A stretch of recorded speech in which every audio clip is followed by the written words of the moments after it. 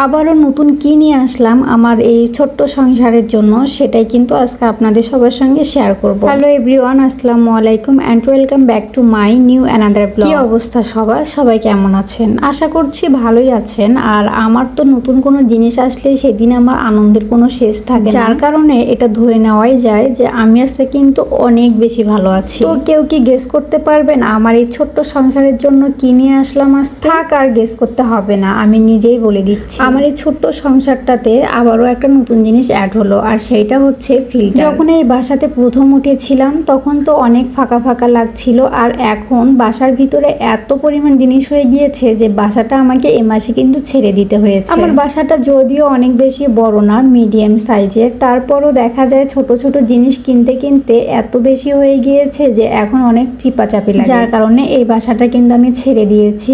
আর এই যে দেখেন আবারও একটা নতুন সদস্য নিয়ে আসলাম আমার বাসায়। তো অনেকদিন থেকে আমার বাসার আগের ফিল্টারটা নষ্ট হয়ে গিয়েছিল, যার কারণে একটা নতুন ফিল্টারের অনেক বেশি প্রয়োজন ছিল। আমরা যেহেতু ভাড়া বাসায় থাকি, যার কারণে ইলেকট্রিক টাইপের ফিল্টারগুলো কেনা তো একদমই পসিবল না। তাই এর মধ্যে যে ফিল্টারটাই বেশি ভালো কাজ করবে সেই ফিল্টারটাই নিয়ে চলে আসলাম। আগের ফিল্টারটাতে পানি ফুটিয়ে তারপরে খেতে হতো, কিন্তু এই ফিল্টারটাতে কিন্তু একদমই পানি ফুটানো লাগবে না, জাস্ট পানি দিলেই ফিল্টার হয়ে বের হয়ে আসবে। সংসারের কাজের মধ্যে আমার কাছে সব থেকে কঠিন কাজ এটাই মনে হতো, মানে পানি ফুটাও, তারপর ফিল্টার করো আর তারপর খাও। পানির কিন্তু একদমই স্বাদ পাওয়া যেত না, আমি তো একদমই খেতে পারতাম না, আমার অনেক বেশি কষ্ট হইতো। তো ভাগ্যক্রমে আগের ফিল্টারটা নষ্ট হয়ে গিয়েছিল, নষ্ট বলতে হাত থেকে পড়ে গিয়ে ফেটে গিয়েছিল, যার কারণে এই নতুন ফিল্টারটা আমার বাসায় যোগ হলো। আসলে কথাই আছে না, আল্লাহ যা করে ভালোর জন্যই করে, আর যে জিনিসটা আল্লাহ নিয়ে নেয় তার থেকে অনেক ভালো জিনিস আল্লাহ সবাইকে উপহার দিয়ে দেয়, আর এইটা কিন্তু তার ছোট্ট একটা উদাহরণ। এই ফিল্টারটা কেনাতে আমি অনেক বেশি খুশি হয়ে গিয়েছি, কেননা আমার কষ্ট